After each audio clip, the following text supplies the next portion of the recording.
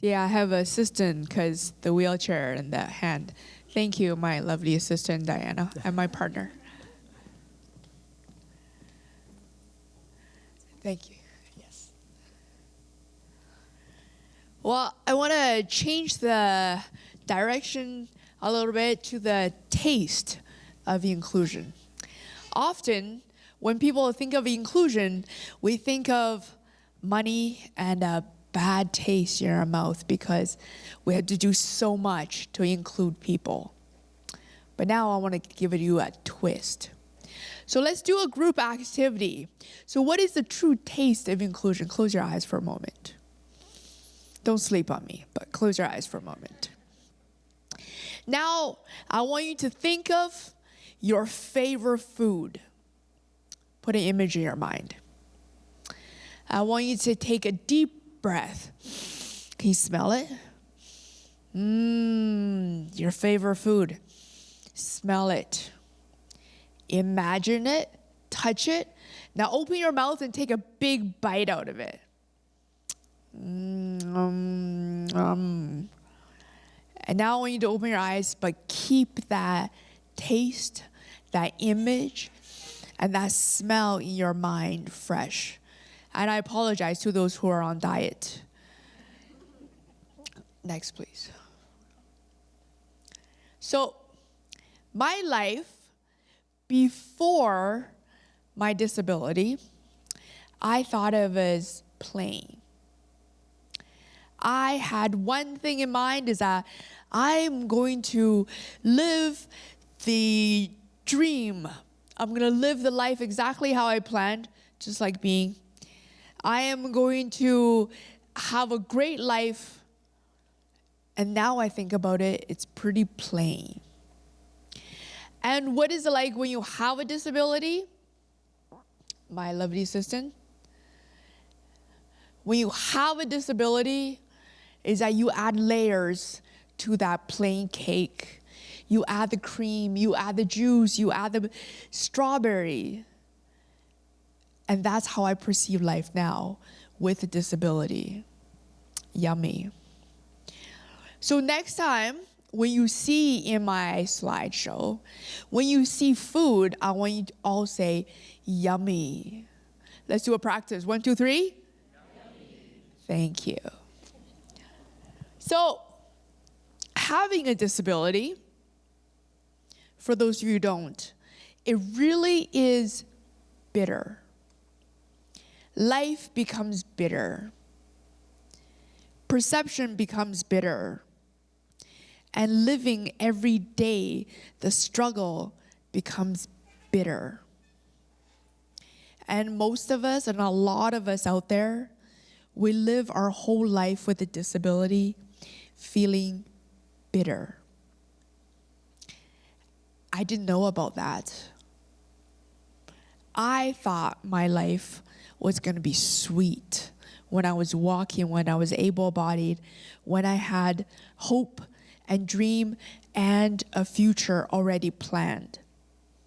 And my life, just like being, didn't go as planned.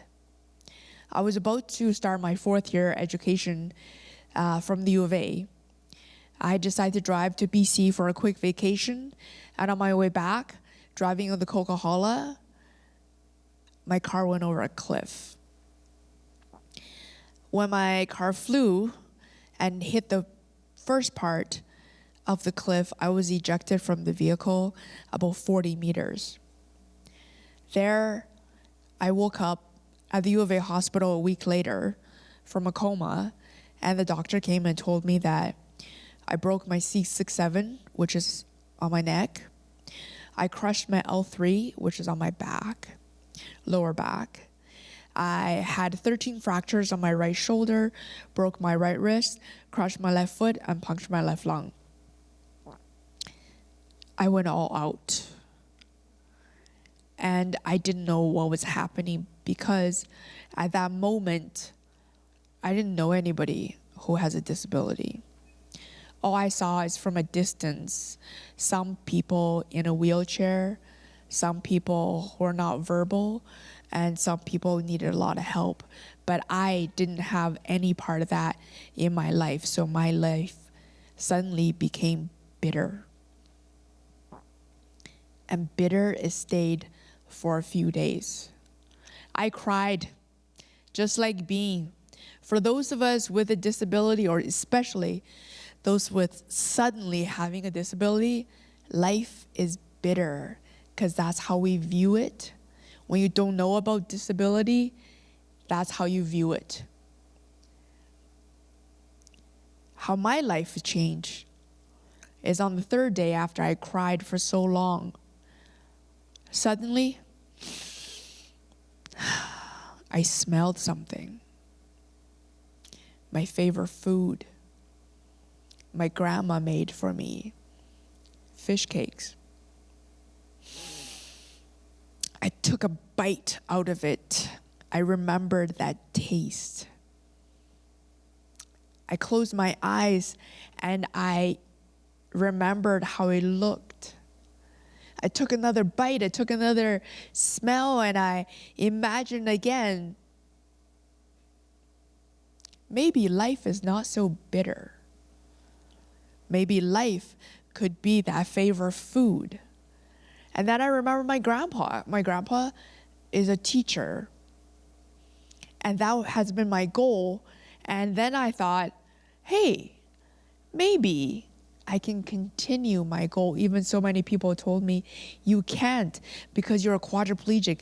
You can't do anything right now. And you have to be supported by someone else. And you are now having to take on all the money the taxpayer donated to you because you won't be able to work. I smelled my favorite food again. I remember what my favorite food looks like, and I bit into my favorite food. Maybe I can. So, sorry, can you go back one more image? So life with a disability, when you first imagine it, is chaos. Like this smashed up watermelon. It's not so yummy. But, go ahead. But life could be great if you bite into that favorite food. Take a smell again and imagine a life as your favorite food. So I worked my ass off. I went back to university and I struggled. Most people's 8 o'clock classes, it's hard to get up. Well, I got up at 4 a.m. every morning because it takes me 3 hours to get ready in the morning. And being on that, well, I had to get ready early so I can be in school. I worked my ass off. And even then, at the university back then, after I finished almost all my courses, except for the very last one, where I had to do a practicum at a school, my faculty suddenly told me, hey, we've never done this before. Maybe you should change to another faculty. Shocker. I cried. And the next day, I smelled my favorite food. Yummy. And I said, hey, who the hell are you to tell me what to do? And I went back to university and I gathered all my support people and I made a presentation to them and I say, hey, this is how I'm going to teach. 3 hours later, they found me a school. And unfortunately, that teacher didn't eat her favorite food that morning or for the rest of my practicum. And 2 weeks later, I stopped. I smelled my favorite food again. And I went back to university and I said, let's try again. And then I found a teacher who ate her favorite food every morning because that's when she saw me. She had a great mood. And in 2006, I became the first quadriplegic in Canada to earn a Bachelor of Education degree specialized in elementary because my favorite food smelled so good. Oh, can you go back one more? Oreo cookies. You forgot to say the magic word. Thank you. And that's what life feels like when I achieved my very first yummy. And then you got to do something else.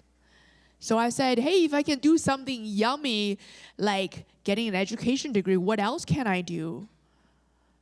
So me and 40 other people who ate their favorite food that day and said, hey, let's go climb a mountain that no wheelchair has ever gone before and no path has ever been formed for the able-bodied people like yourselves.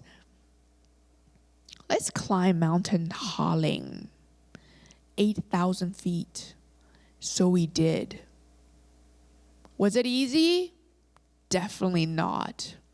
Did we feel bitter that morning? Definitely not. Yum, yum, yum, yum. We all ate our favorite food because we thought and we believed disability.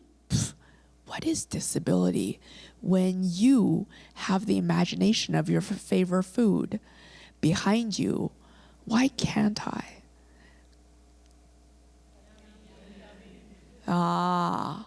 Now I have a ice cream cake. On top of the mountain, ice cream cake. Yummy. And then when I have so many yummies, I gotta do something else that is even yummier, like downhill skiing. Was it hard? Oh, actually that's cross-country ski first. Was it definitely hard? Yeah, my hands are not working. Why not? Duct tape became my best friend. When my hands can't grab something, I just duct tape to it. Hockey tape works just as well. And downhill skiing, duct tape is even better than anything else. I just duct tape my hands to the outriggers. I duct tape my feet onto the ski, and I can go down 60 kilometers an hour down the hill and leave all your walkers behind.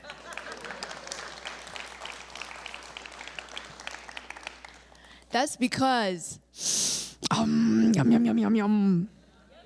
Yummy. Because having a life with disability is like this platter of fruit. I have a choice. When people like yourselves are open-minded, are willing to try anything with me, yummy. Life can be yummy. And after you have so many yummy food in your life, what do? Well, you go kayaking 4 hours down the river, and I duct tape my hand to the paddle. I was so excited the first time when I went down. I paddled for 4 hours. My white legs burnt in the sun. And I paddled so hard, the next day, I couldn't even lift my head up to eat my breakfast. And I couldn't even lift my arm up to do anything. And next year, I went paddle the same river again because life is so yummy.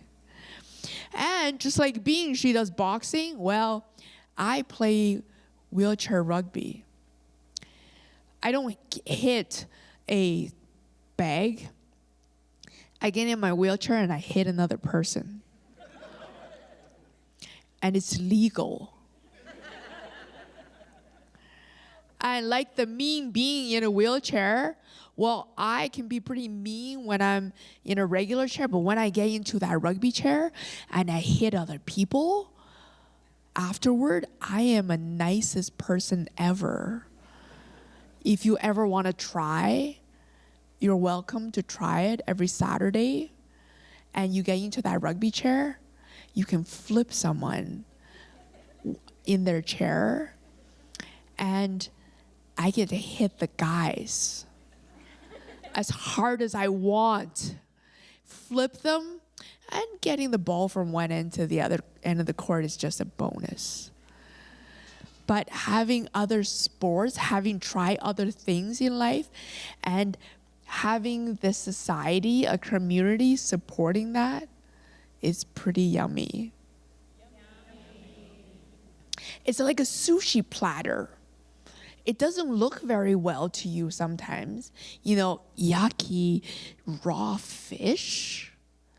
But if you try one piece of it, you may want to try the second piece. And life could be interesting with a disability. And being the Mighty Kuen works just as good. And that's how Mighty Kuen's born, by the way. And after you try so many cool things in life, I'm a geek, so I have to try comic books. And I became the first and the only female quadriplegic letter in the world right now. And working for DC Comics, they pay really well.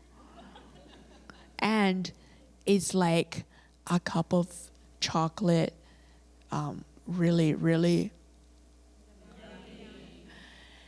yummy chocolate, is that life could be very good if our community is very inclusive and we support one another no matter what kind of ability you have.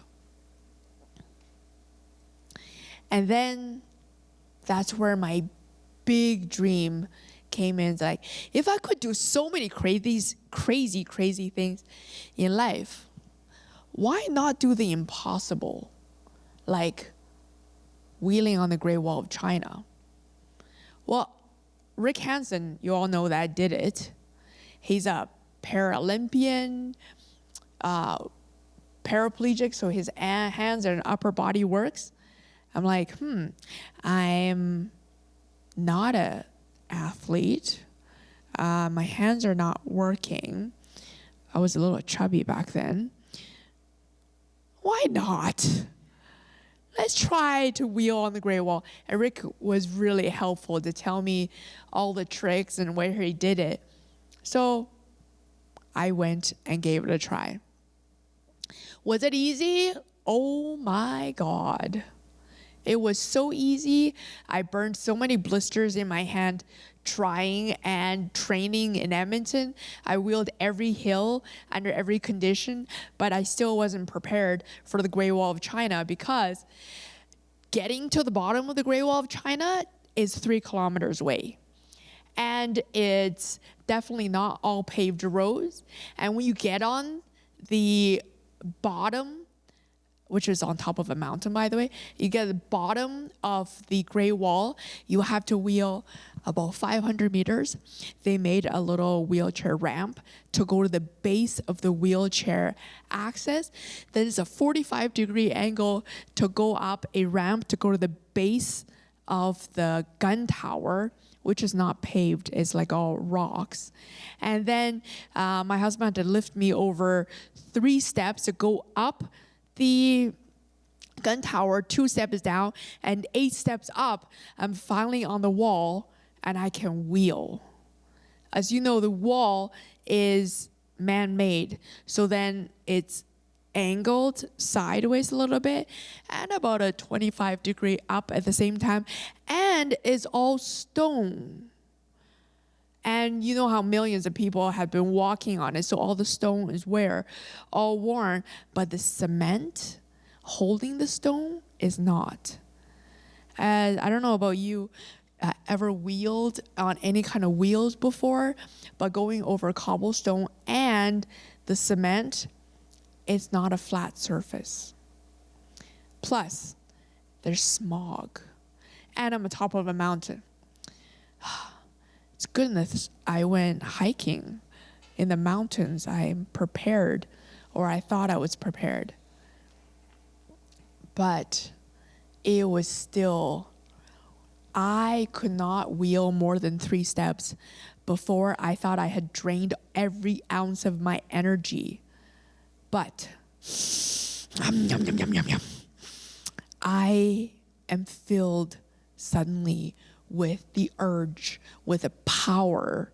And I had a whole community of people behind me. And my husband was screaming, "You can do this." I started counting. I started screaming inside for myself to do this because what? Disability? I wasn't thinking about that. I'm thinking about getting to the top of the other gun tower. And of course, when I finally made it, I told my husband, "Let's do another gun tower." He begged me to stop. He's like, "I don't think I can carry you all the way down the mountain if you do it." And when all the adrenaline melted away and when every ounce of my energy just suddenly disappeared, I couldn't even open my mouth to drink a sip of water because I had exhausted every ounce of energy in my body. But I'm Chinese. I have to take a picture at the end of the road, of course. But what does that taste like? Yummy. What else? Louder, please. Yummy. Next. Yummy. And one more. Yummy. No matter how hard life is, yummy. I think of my favorite food. I imagine it, and everything I do is that cherry on top. And what is a life as a quadriplegic really like? It's that perfect tasting watermelon. Yummy. And if you really, really have a community behind you, having inclusion, having access to everything you wanted, your imagination can take that regular piece of watermelon and make it into an explosive watermelon cake. And that's what reality is that if our world supports people with all different abilities, everything can be yummy. And that comes to Goodwill.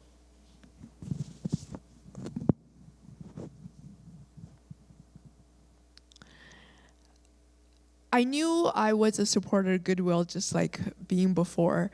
We used to drop off everything in our house when we were trying to downsize to Goodwill. But it wasn't until when I started at Goodwill, I realized all the work we do in the community, it's priceless. As a person that goes out to support people with different abilities looking for employment in the community, I realize there's a reason why Goodwill employs more than 20% of our overall employees are individuals with disability, because Goodwill sees individuals with disabilities as one and individuals in these little dim sum packages. They are individuals. They can be supported. They can be a great workforce if we provide them with an environment to allow them to grow. Sorry, Dale, I'm taking your notes and your speech information here.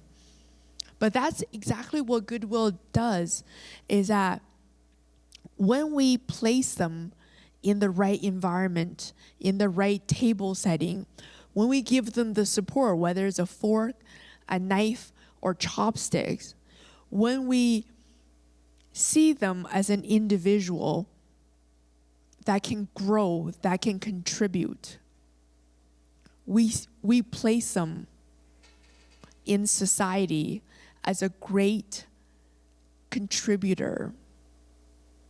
And that's where employment for individuals with different abilities really comes in, is that we can be a great addition to your workplace because we have lived a life. We went through the bitterness. We went through the hardship already. Imagine what we can give your company. Imagine what kind of ideas, what kind of hard work we can give your company if all you can do for us is give us the right place setting, the right pair of chopsticks or forks to allow us the opportunity to give back.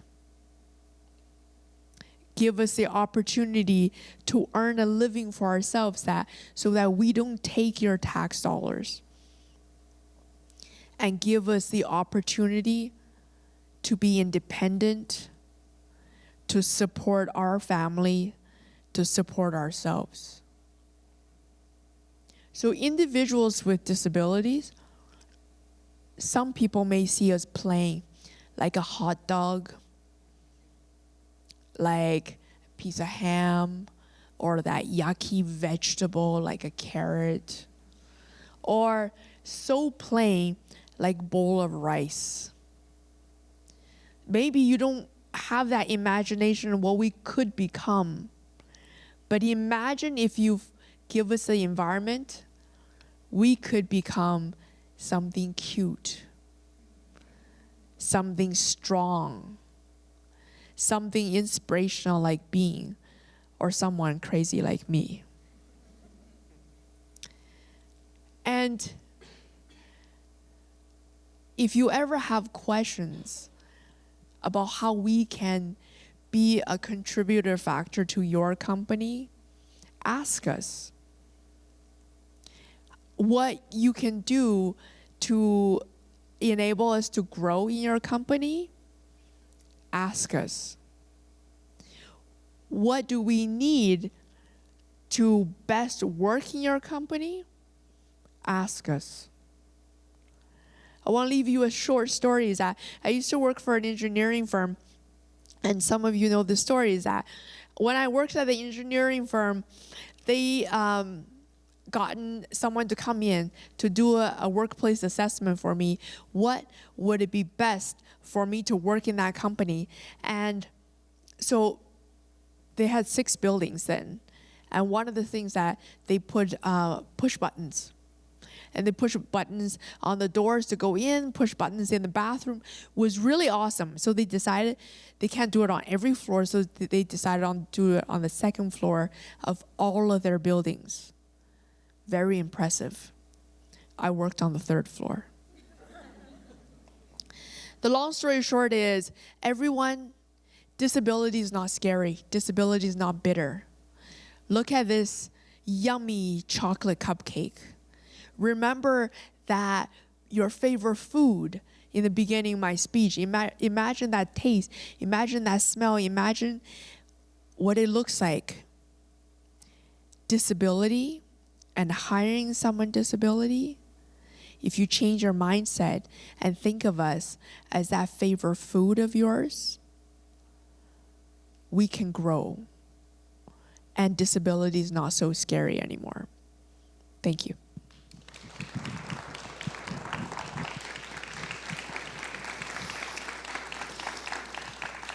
Ladies and gentlemen, the mighty Kuen. Kuen, you have a saying, "Why can't I?" Why is that saying so important? Because we all always and need to encourage ourselves, like Bean's affirmations. If we constantly tell us, "Why can't I?" we give us the courage to want more in life than just what's present, and want more to think outside the box and to want more, to achieve more. You talked about bitterness at different stages. How do you turn those negatives into positives? Great question. So close your eyes. Imagine your favorite food. Bite into it. Smell it. And really enjoy. So every time something bitter comes along, close your eyes. Bite into that food. Imagine it. Smell it. It will turn that bitterness into something wonderful. Are you going to eat that cupcake? I think that's the big question, right? Well, of course, because, I'm a chocolate freak, and you've probably seen that in my presentation, is that I also want everybody to think of this cupcake every day when you have something bitter in your life. You've done some remarkable things in your life, absolutely remarkable, and those remarkable things are going to continue into the future, even being a mother, scaling the Great Wall of China, working at Goodwill. No, but how do we as people look past people with disabilities? How do we look past that and make that inclusive society? The big thing is that don't look past disability. Embrace it. It's just like when you have a different hair color, when you have different height on your heels, when you wear different pants, different shoes. Disability is just something that normal. It shouldn't be looked past. It should just be, hey, I'm wearing a brown jacket today. Hey, I'm using a wheelchair today. It's just something normal. And as I said, it should not be looked past, but should be embraced. I think that's great notes. Ladies and gentlemen, the mighty Kuen.